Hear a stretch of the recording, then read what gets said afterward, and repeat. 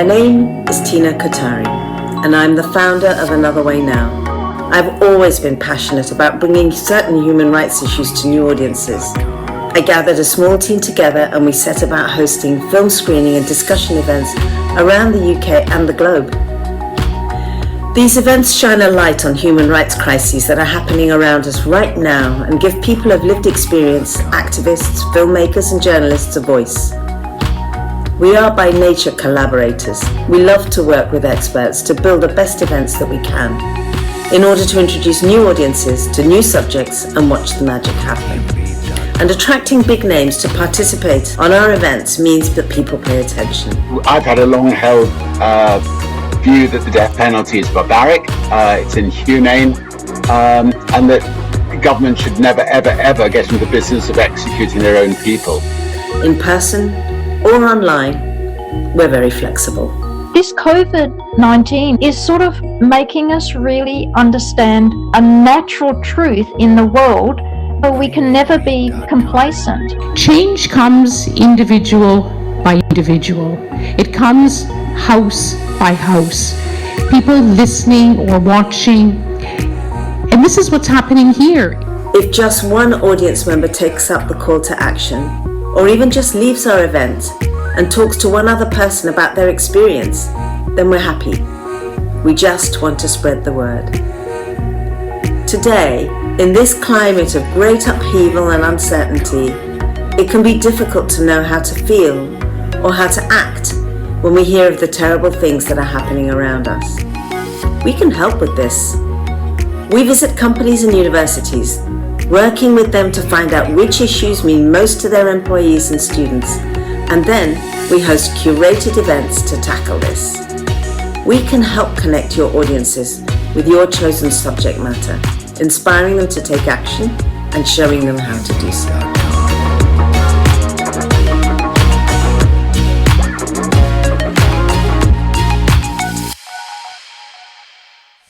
My name is Siobhan Sinnerton and I am co-creative director at HiddenLight. HiddenLight is an independent production company that aims to make documentaries that, my daughter laughing in the front row there, it put me off my stride there, aims to make documentaries that entertain and educate and inspire and have impact in the world. This event is part of our impact campaign associated with our film In Her Hands, which came out last year, premiered at the Toronto Film Festival. The film was co-directed by Tamana Ayazi, who is here tonight, and Marcel Metelsiefen. They began filming in Afghanistan in 2019, I think, with Zarifa Ghaffari, who was at the time the youngest female mayor in Afghanistan. She was just 27, I think, and in charge, in a very conservative area, in charge of a huge staff of men who didn't always like her message. They filmed with her over the next 2 years as things unravelled very dramatically in Afghanistan as the US prepared and then left, and the Taliban came back to power. They filmed throughout that period. We're going to show some clips, so I'm just going to give you a bit of context to them so you understand what's going on. They filmed in the early days with Zarifa as she advocated for the education of girls and how important it was for girls to be educated.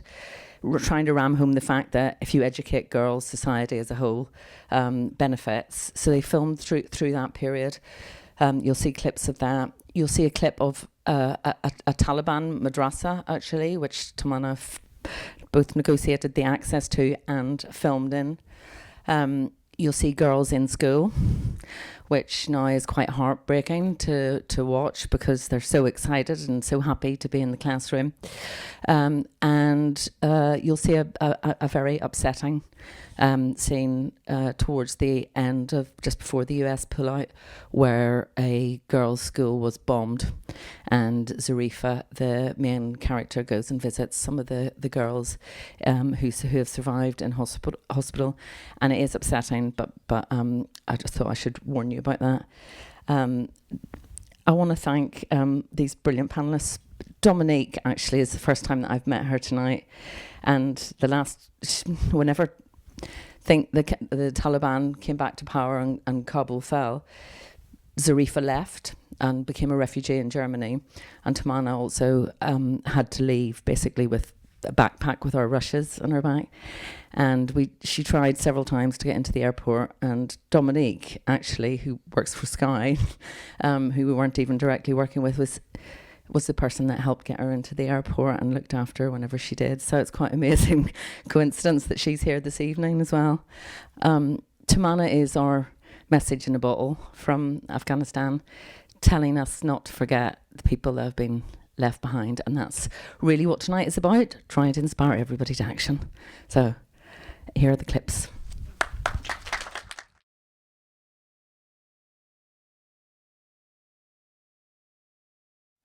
I'll give an introduction to Ramita Navai, who is there, and here we have Tamana, who will say a few words about. But then after we have a chat, we'll open it up to the floor as well. So if you have any questions that come to mind while we're chatting, remember them, because there'll be a chance to ask. Tamana, you've already heard a little bit about. We've just seen her work. In her hands is her first feature-length documentary, but Tamana has a 2019 Academy Award-winning short documentary, which was learning to skateboard in a war zone if you're a girl. So this is not her only one, but it's the first feature-length one. Tamana grew up in Bulk in northern region of Afghanistan. I thought Siobhan put it perfectly. She's our message in a bottle from Afghanistan. Ramita Navai, in her own right, is a documentary filmmaker, journalist. She's reported from over 40 countries around the world. She has a top 10 Apple podcast, In the Line of Fire, which is about facing death, really. But probably most relevant for our discussion tonight is her most recent documentary, Afghanistan, No Country for Women. Yes, that is a play on No Country for All Men. And she was just nominated for BAFTA for that just yesterday. So there you go. Congrats, Ramita. So perfectly placed. Both of them have experience. Both of them have traveled to Afghanistan. Obviously, Tamana was there before. Ramita has been there after in November 2021 and again in March 2022. Interestingly, we all have common connections and common people we know. So hopefully the conversation can just move along nice and organically. But before we do get started, we have a fourth chair, even though it might not look like it, and that is just a voice of a survivor, somebody who can't be here. And I'll let Tamana introduce that, and we'll watch one clip of that, and then we'll get going with the chat. Hi, everyone. So we have someone from Afghanistan because we didn't want to take all the space, because we are talking about them, amplifying their voices, but they are the ones who need to be here and talk. So I interviewed someone from Afghanistan, I cannot mention her name, who is 21 years old 2 days ago. And it was interesting when we started talking, it was all normal. And then you will hear what she's saying about the situation, how she feels. Because I left Afghanistan almost 2 years ago. I know what's going on there, but I can't feel it like 100% because I'm not there. So it would be nice to listen to her. I was a student in one of Kabul universities. Well, there is many changes in the past 2 years and since the Taliban just came to Kabul. First of all, the university and schools, they banned it, and the second, they wanted women to wear what they want. I was just starting university and I was in second semester, but when they came, I just lost all of my hope during during this period of time. But from 6 till 12 or any university, no girls are allowed till now. It's been 2 years, I think, or more or less, that the Taliban regime took over, and there is nothing. It's a little scary when you go out, and it gives you a little, like, before going out, you just want to check yourself. Am I wearing something properly? Am I doing my hijab greatly? In other countries, girls the same age as me, they can go outside freely, they can do what they want, they can dream, or they just they can follow what they want, like their dreams. But I should just stay at home or do nothing, just to become housewife in future. So this is the only future we have. We don't have what do we call, we don't have the responsibility of our own. Like it's on the hands of Taliban. They order us to do what they want. We don't have anything.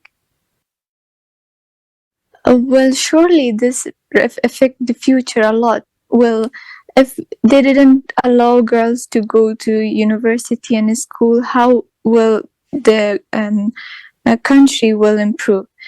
We know that half of the society is women, so mothers are women.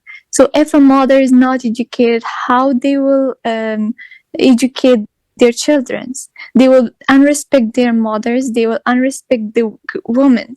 How they will have new doctors and nurses? They will just go back to home remedies, like the past times, like they did the baby delivery at home in the past regime.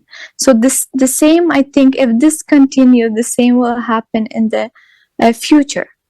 If I just get the control of Afghanistan, the first thing I will do is to give the women the rights they want, to give all girls what they want, like just get them what they want to dream for, the freedom to dream, to become something, to improve their country. If this situation go on like this, we as generation, we have to work harder to receive the same rights. Well, in this situation, everyone wants to get out of the country, especially me. I can't really imagine Afghanistan in 20 years. I just want to go out of the country and educate properly and came back with authority to just change the country. I just want them to give the girls in Afghanistan the same attention they do for Ukrainian people. Give the girls the right to study, to educate themselves. I don't know what to dream for in a country where I don't have the right to dream, but I hope that I have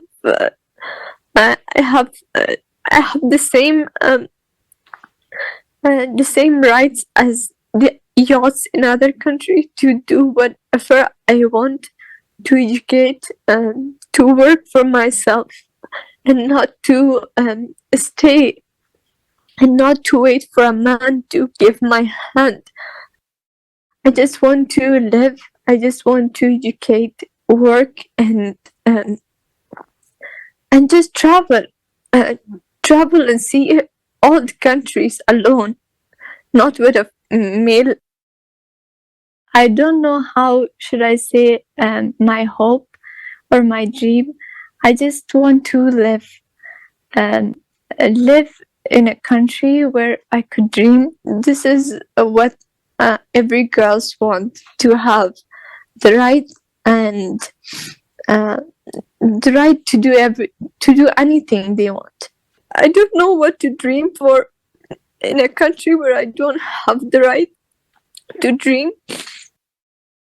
We are not weak. We Afghan women are powerful because we are living in a hell just in these 2 years. We are powerful and we can fight.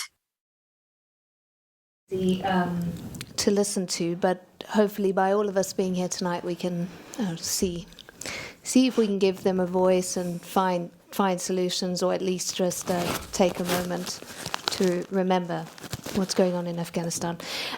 We'll start with Tamana with questions. Tamana, I mean, I know that must have been very difficult for you to hear. It always amazes me how audio can be sometimes more powerful than film when you're, when you just your ear listening. It's incredible. When you started filming, when you started making your film, and you started following Zarifa's story, and you were building towards just, I don't know, I suppose you didn't know when you started what the ending would be. Did you imagine that things would change so dramatically and so quickly from the moment you started filming in 2019 until August 2021 when it all changed? When we started filming, we wanted to make a film about a strong woman. And also, we were focusing on her as a strong woman, but also we knew that the situation was changing in Afghanistan that time. There were peace negotiations going on between the Taliban and international community, especially the US government. But people of Afghanistan were not part of any of these conversations. The government was not included. I know that the government was cut out, but they were in power, in control of the country, and they had the right to be on the table. And also, it was unfortunate to see that women were not allowed to sit with the Taliban and with officials from the US government that time.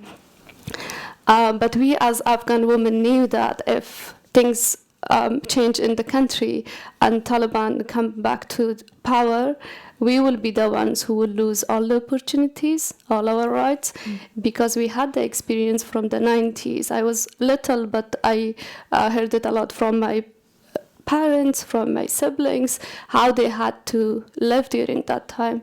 But we were not, we didn't realize that everything will change so dramatically the way it did. But we continued the story of Afghanistan, and and that's how everything changed, and our lives changed as well at the same time. Were you surprised, Ramita, when you went back in November 2021? That was after. Was it, I suppose, better or worse than you were expecting? Did you have any expectations? Do you know what? It was much worse than we imagined, and it is much worse than you imagine it to be. Interestingly, it was even worse than our own Afghan team thought.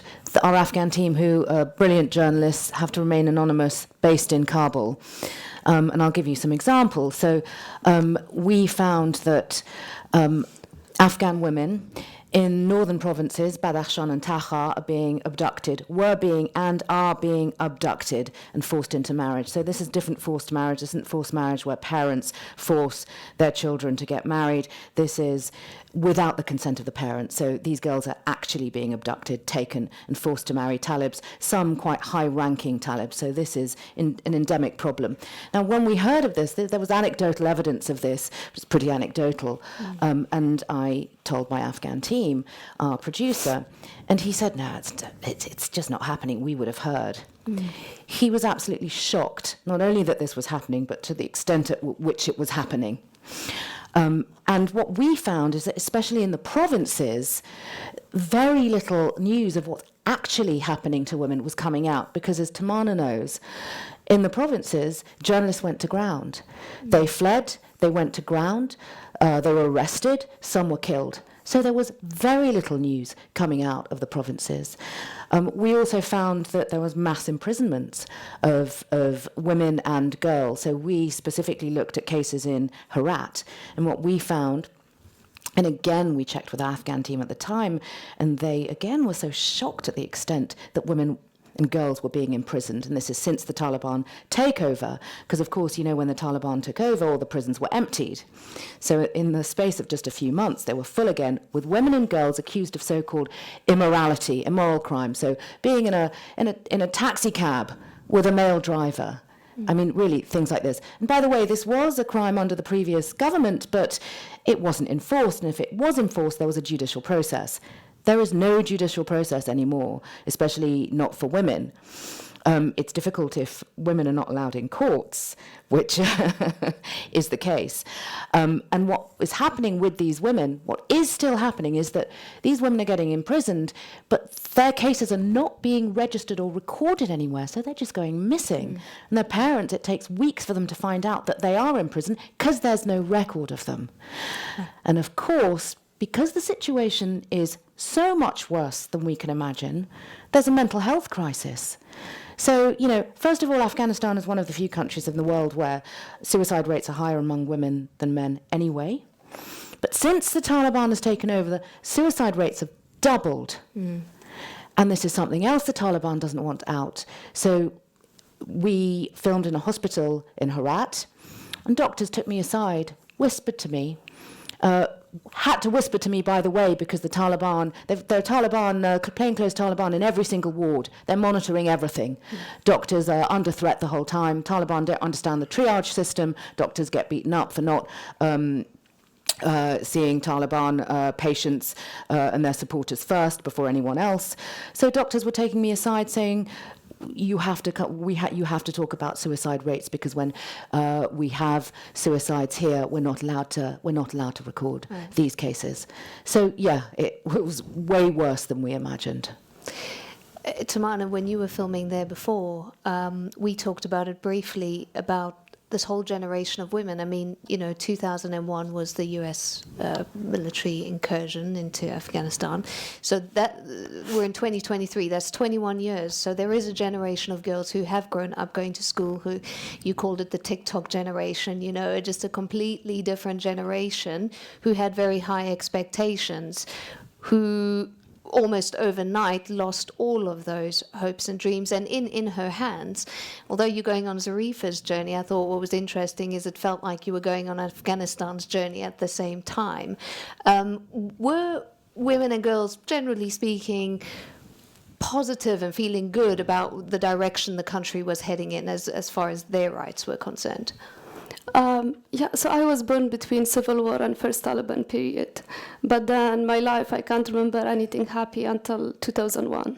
And then after 2001, when it was the time when I felt free, I felt myself, and the rest of the kids felt the same, and other women. So people who were born or grew up between 2001 and 2021, so basically they had access to the internet, they were connected to the outside world, they knew what was going on in the world, and they were part of it. There were a lot of, many women were educated. If you check the statistics, the numbers, everything was going really well. The numbers were higher every few months. Everybody was hopeful, excited. We were able to go around. I was able to go around without a male family member. I was able to go to all these places. Like I went to Wakhan Mountains, the Wakhan Corridor, without any family member at that time. And everybody wanted to change the country, change their lives, get more education. My friends, all of them, they have 2 bachelors, double masters. They were traveling outside the country, and many of them were educated inside the country. They came back, and everybody was Kabul was, it had a different vibe. And when Taliban came to power, it was the opposite. I remember going to the airport. I didn't want to see my own city because it was a different city the last days. So yeah, everything was different. Everything was hopeful. And we were very excited for the future of the country, and then everything changed, and we lost everything we had. And a lot of the education has moved underground schools.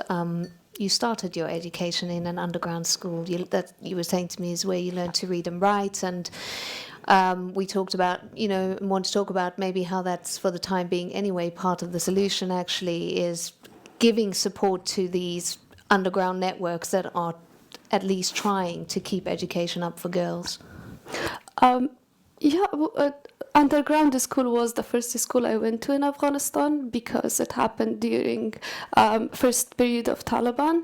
I was very little, but I couldn't go to school because there were no public schools, government schools. Taliban did not allow it. We had to hide our books behind Quran and go to all these underground schools. They exist now. as well. So like whenever people talk about it, because things change in Afghanistan rapidly, I know that underground schools are not a solution, but it's better than nothing. Like I have my family members in Afghanistan, my friends, my relatives, they have kids, and they can't just sit at home and do nothing. Taliban say that they will reopen schools until their next notice, but it never changes. I don't know how many more years they need to reopen schools again. This is the second year. Like today, I remember every year, this day, everybody was excited because after 3 months of holidays, like winter holidays, we were finally able to go back to schools this day. But it's not happening. Like the testimony you heard was one of the examples. Every single day I talk to, they are depressed. All of them, they don't know what's going on. They're like, we are just exhausted. We are sad. We don't know what's happening. We are not hopeful anymore. And we don't have any dreams because this is what's happening to them. They have control over nothing. In your documentary, Ramita, actually, there was one quote that was particularly heartbreaking to me. One of them just said, I feel like I need to find a corner and stay there and just fade away. Like my voice is all I have left. Do you think people are listening? Do you think that message is getting out? Do you know, it's really interesting when I'm hearing Tamana talk, and Tamana, the young woman we heard who you interviewed, you know, it's a loss of hope. And that's exactly what I saw in Afghanistan. And hope is a really interesting, important thing when it comes to women in Afghanistan. So between my two trips, so November, December 2021 and last year, this time, March last year, when I was in Afghanistan, I saw that loss of hope because, of course, by the time I was in Afghanistan, we were in Afghanistan this time last year, Ukraine had been invaded by Russia. And that's exactly what we were hearing from Afghan women, because what you saw is, between those two trips of mine, the world's eyes all of a sudden were diverted, right? You remember at the beginning, the world's eyes were on Afghanistan. The Taliban, in their first press conference, gave that great speech about women having, rights that will be protected within the framework of Islam, right? The Taliban knew the world was watching. The Taliban needed to be recognized, needed the West on side. But by the time we went, the world's attention had been diverted. News agenda, the news had moved on. The story was Ukraine. Afghanistan was not being covered, and the Taliban, knowing the world was not watching, but what happened? Quietly, rapidly, women's rights were rolled back within these months, and more rules, bans, edicts restricting women, taking away their rights, were introduced. And when we went back, it felt pretty hopeless.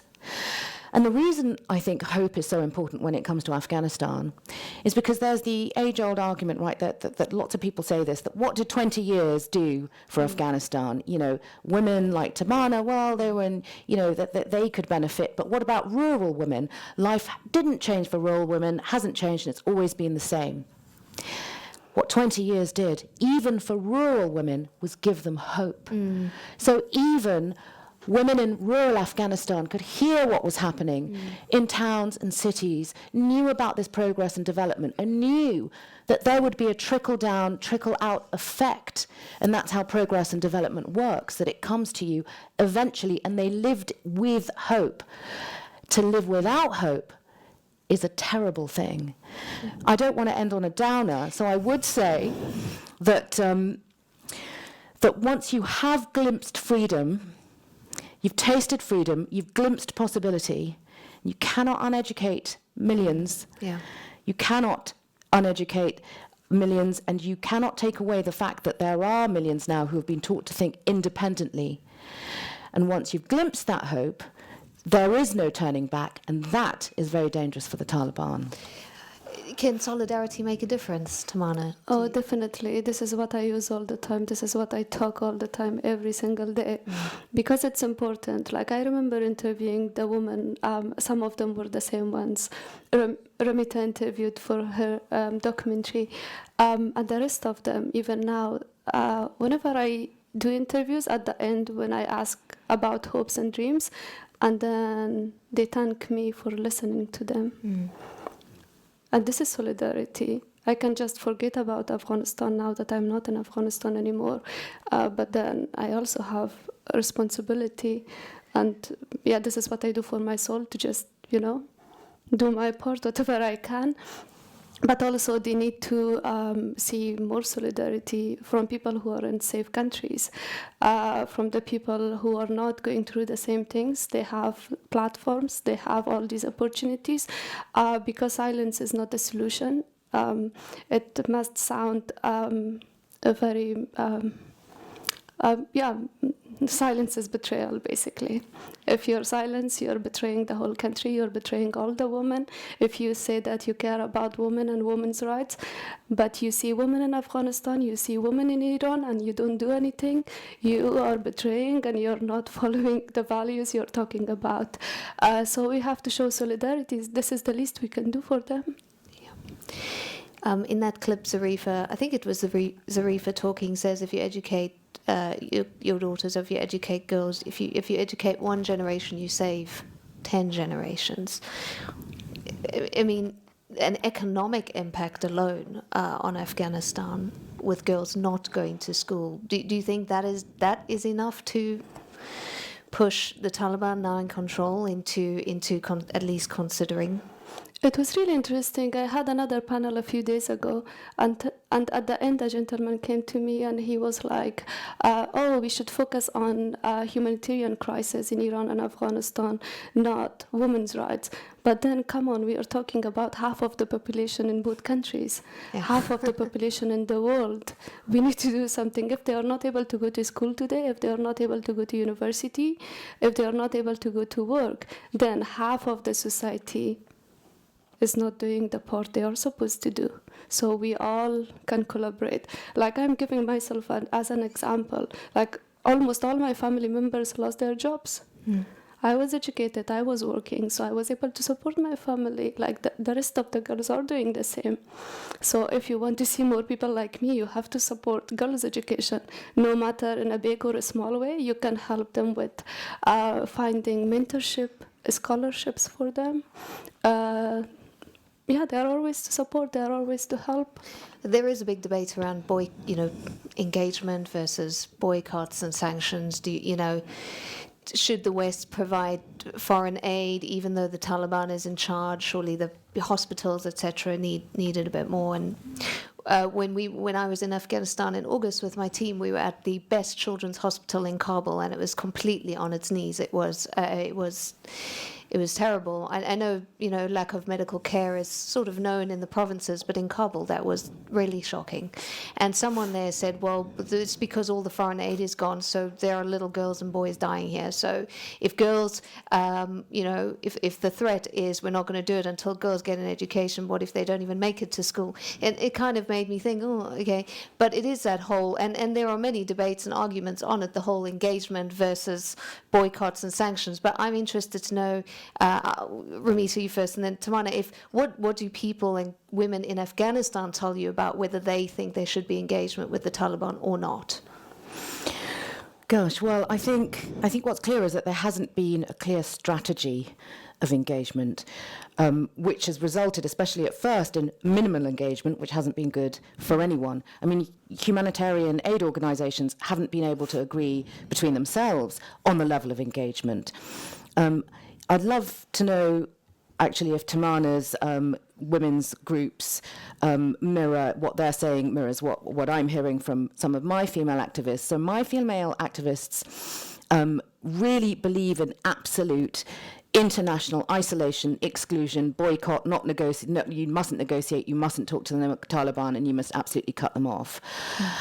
Now, so it's interesting. When it comes to Iran, for example, there are hard and fast arguments that are pretty sound and watertight for absolute international isolation that would work, may work. With Afghanistan, unfortunately, I believe we're in a position where you have to negotiate because of a humanitarian crisis, because half of the population are pretty much imprisoned in their own homes, because 28 million Afghans, 70% of the population, are in dire need of humanitarian aid, because there's a massive brain drain. So anyone with an education has either left, is trying to leave, will leave, which means that the two main big sectors that have been affected are health and education. And of course, women bear the brunt of this. Yeah. So the UN mission in Afghanistan, for example, is completely obsessed with engagement. Right, diplomats completely obsessed with engagement, and they believe that the more you engage, you'll be able to persuade the Taliban to suddenly govern well. You'll be able to persuade the Taliban to give women their rights. I was talking to brilliant Afghan expert Heather Barr from Human Rights Watch this morning. She calls that magical thinking. Right. And it's completely right. We know what the Taliban are like. Of course they're not going to magically change. They believe that the way they adhere to Islam makes them the best Muslims. So another argument, by the way, just to cover all bases here of engagement, is that Muslim countries need to engage because Muslim countries can change Taliban behavior. For example, Qatar played a vital role in mediating between the West and the Taliban. So, well, guess what? A few days after the Taliban enforced the ban on women in universities, Qatar spoke out, as did the United Arab Emirates representative to the UN, calling this un-Islamic, right, and urging the Taliban to revoke this ban. Did they? Of course not. They're not going to change. However, I'm not saying that we shouldn't engage. Engagement is really important, especially when it comes to aid. Sorry, I'm ranting now. I'm going to wrap this up. I'm going to be quick. So with aid in Afghanistan, this is a really important point. We know that the Taliban, we know that there's mismanagement of aid at best. At worst, there's corruption. They're diverting aid away from people in need to their friends, their supporters, to ethnic groups, to away from Hazaras, away from people they think are allied or supporting of the National Resistance Front. Now, the ban on women working in charities hasn't helped, but what we've seen is, what has been reported is that some UN agencies, humanitarian aid groups, are now complying with that ban. Right. So we have to set the parameters of engagement, because aid agencies are in a really difficult situation when it comes to engagement and when it comes to operating, because they have to deliver aid, but they have to adhere to humanitarian principles, which means they should not be complicit with Taliban behavior. So we need to engage, but we need to set the parameters of engagement. Yeah. What do you think, Tamana? It's a hot topic. It is, yeah. It's always tricky to talk about this one, but I always talk from my heart, so I will do it again. And also, I have been talking with all these women in Afghanistan, including my own family. So what they want, they don't want the international community to recognize Taliban government. It's a no-no. Like every time when I try to ask the second question, they are like, "No, Tamana, can you please write it down? It's a no. We don't want the world to recognize this government." But also we have to separate two things. We have humanitarian crisis and we have women's rights crisis related to the people. We know the mistakes we did, but the problem is that we never learn from our mistakes. But this is the time we need to change it. Like when the US government and international community were in contact and negotiations with the Taliban, like everybody was excited and they were very hopeful. They were like, okay, Taliban, they even named them Taliban 0.2. They are different Taliban, but no, they are not. They are even worse than the first time. So basically, we need to separate these two things, and also we need to try to have monitor and balance. If we are supporting the people of Afghanistan, if we are sending them money, if we are removing all these sanctions, we have to make sure it goes to the people, not the Taliban. Why the previous government in Afghanistan became corrupt? because all the money went to Afghanistan and only 200 families were able to receive the money and, have luxurious villas and stuff. But it didn't go to all these provinces. For example, people didn't even hear the name of the province Nimroz or Uzgan. No one talked about all those places. Like, whenever people talked about Afghanistan, they only talked about Kabul, but I went to all these villages. Things were different. And most of the time I felt bad. And whenever I talk about it, I'm like, I was the privileged one because I lived in bigger cities. I had all these opportunities. So we need to make sure that it goes to the people. I'm not against all the supports. I think we need to communicate, but we need to be careful who we talk to, and also we need to listen to the women. Every time when there is a diplomat visiting Afghanistan, women are not included. It's only Taliban and the people who are visiting the country, and this is another problem. Like, I'm on all these group chats in touch with women activists, working women who are not working. And whenever we talk, they're like, okay, we heard on the news that this person came. You people, as filmmakers, journalists, do you know anything more than this? Because we don't know what happened in all those closed doors.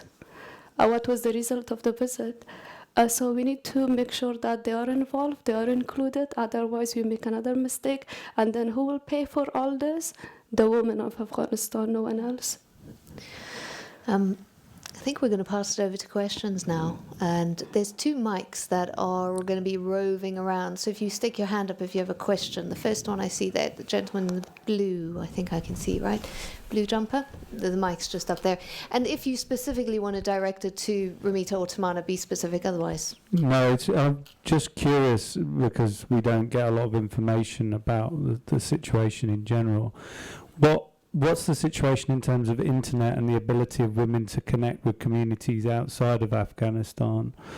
And potentially, are there pathways there for providing educational opportunities for underground schools? Or I don't know whether the infrastructure exists, but it would be really interesting to know a bit more about how those activists and women in Afghanistan are staying connected to the broader community and whether they can use that for education. Great question. Solution question. Tamana? People still have access to the internet. They have their laptops, their smartphones, they can access it. But the problem is that a lot of people lost their jobs, and we know about all these economic crises in the country, so they cannot, for example, if there is a school, if they are not getting the support, the money, for example, for the internet, they are not able to log in all the time and attend all these classes. For small groups, we were able to help, but then there are organizations who are helping underground schools in Afghanistan. People don't really talk about those schools because of safety reasons, but they do exist, and there are many of them at the moment. But unfortunately, they are not able to help millions, but they are helping hundreds of people in the country. Right. Anybody else? Anybody? Yes?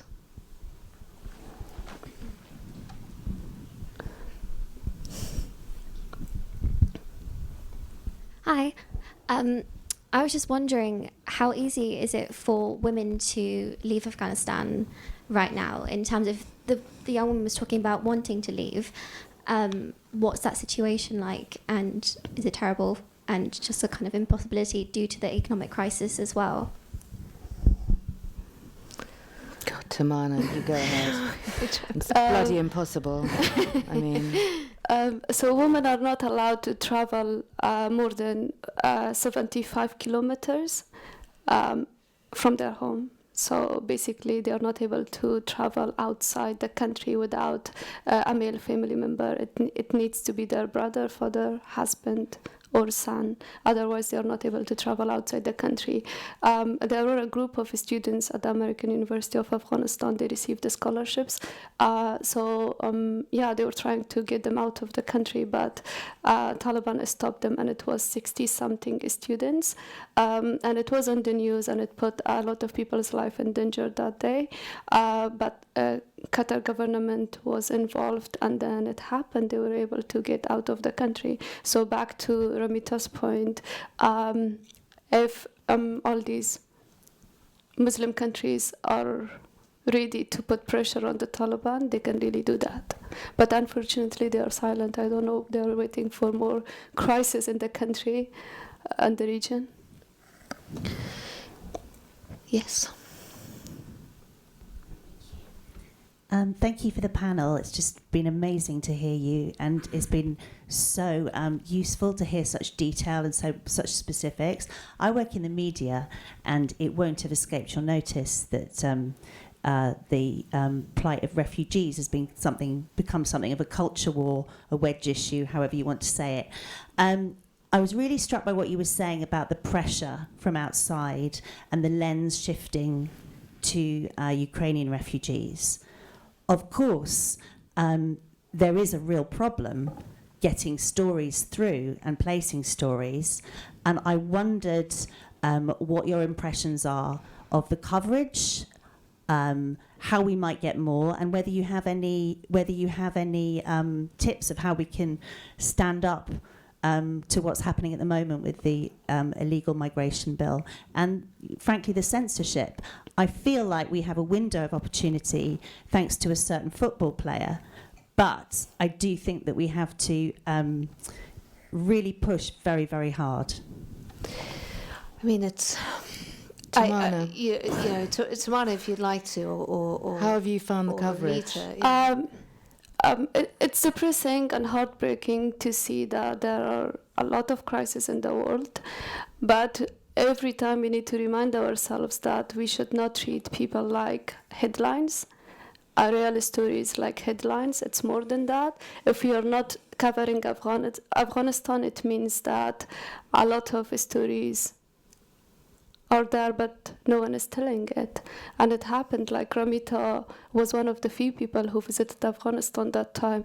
And I was talking with my other journalist and filmmaker friends. Nobody was in Afghanistan when the war started in Ukraine. So we need to start moving from one place to another based on what the channels ask for us. We need to also do our own responsibility. It's okay if we are not getting paid. I do a lot of work as a volunteer. It's okay. I survive. But also we have to remind ourselves to be human before a journalist or a filmmaker or anything else. And I think you're quite right to talk about migration policies. I mean, we need to talk about domestic migration policy. I mean, the thought of someone fleeing Afghanistan and ending up in a refugee camp in Rwanda is shameful and appalling, just unthinkable. So yeah, I think that's the key as well, because I think Britain and America has a moral obligation to give asylum to Afghans who, at the very least, worked for these governments. And by the way, there are many Afghans who were still stuck in Afghanistan. I mean, we know that the asylum process has been an absolute shambles, getting people out who have worked with America and Britain, never mind people who are in fear of their lives and everyone else who needs to get out. Just add to that, 2 days ago I received an email from the US government saying that if I'm still in Afghanistan, I need to contact them. They might try to help me. Yeah, it happened 2 days ago. And it happened to a lot of friends. Their lives are in danger. They worked with all these government, but at the end, when they were stuck, there was no one to help them. I was the lucky one. I had all these wonderful people around me. But yeah. I think there's also an accessibility question to be had really about Afghanistan right now. I mean, since 2001, in some way, shape and form, journalists were allowed in to cover the story. Yeah. There's this weird thing going on where you can get a visa from the Afghan embassy here, but they have no real relationship with the Taliban on the ground. So you have a visa, but when you get there, you then need to apply for a separate filming permit. Otherwise, you're just there sort of as a tourist or something.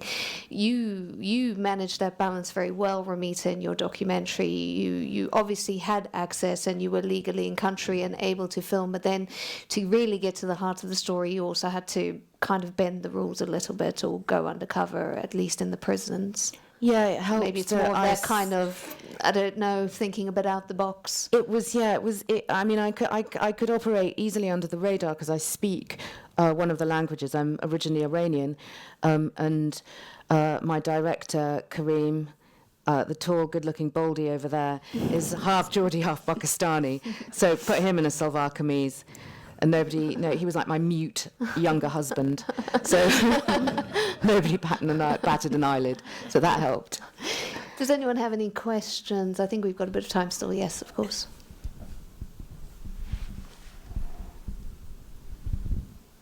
Tamana, you talked about solidarity. I was curious about what does resistance look like on the ground in Afghanistan, and are people so cowed by the Taliban? How does it manifest itself? And I also wanted to, because we've talked a lot about girls and women, I wondered what role young men are playing in Afghanistan and in respect to solidarity and standing by women in education. So it's really easy to talk about the situation here in this room, but like people who are living there, men and women, all of them are suffering. My 17 years old nephew looks 40 now because he has to grow a long beard. So yeah, it's really difficult to function under that regime, under that leadership. But women are resisting in different ways, either going out on the streets protesting, using internet, social media, interviews like the testimony we heard. They don't say they don't say no to all these things. They're like, this is the least we can do, like every single day, all of them. But it's unfortunate that we see less men supporting women, because even now they are not realizing what will happen in the next 20 years if things are this way.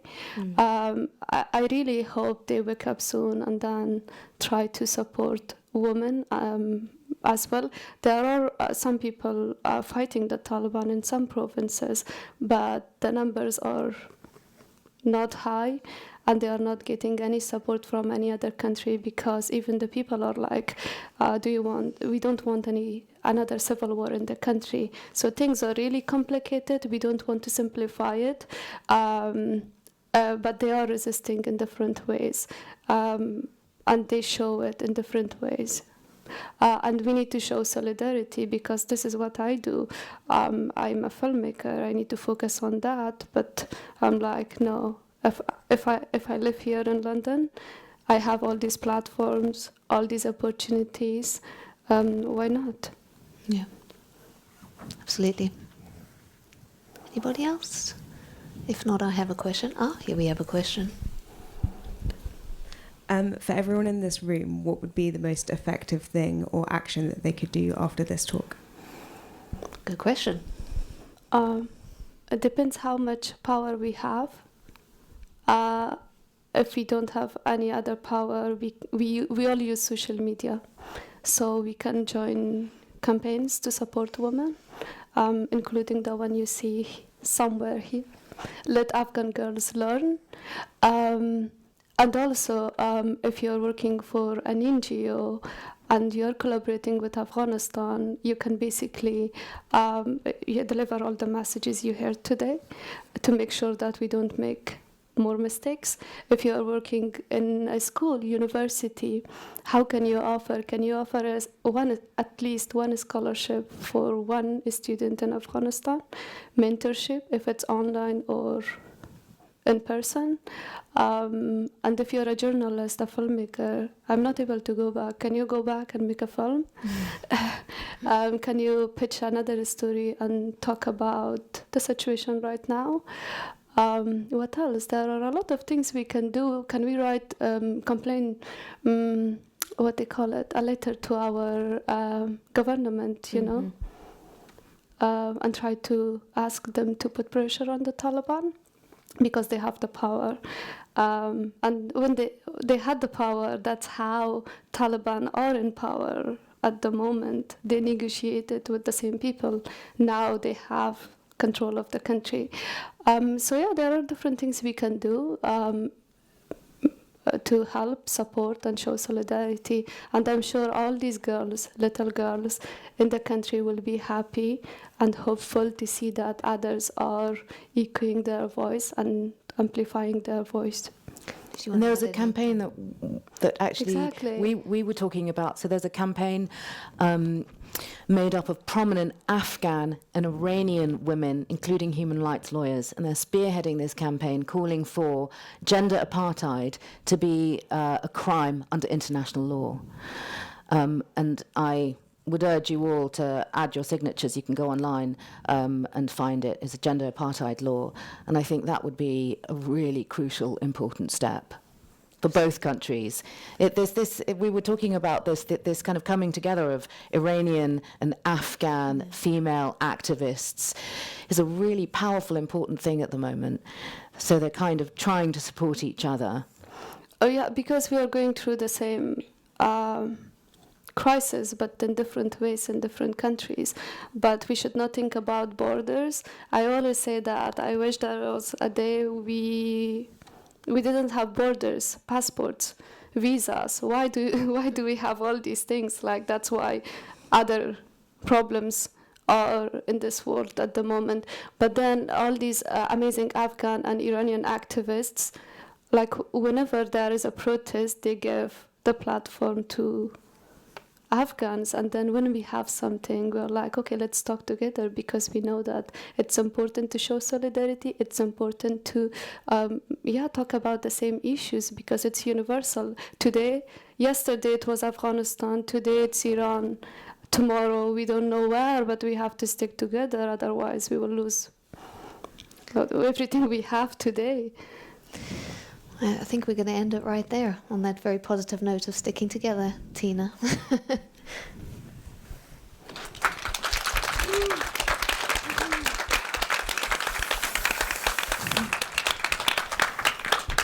Well, in the words of any Marvel comic, kapow. It has been a really moving process to bring this to you today, culminating in this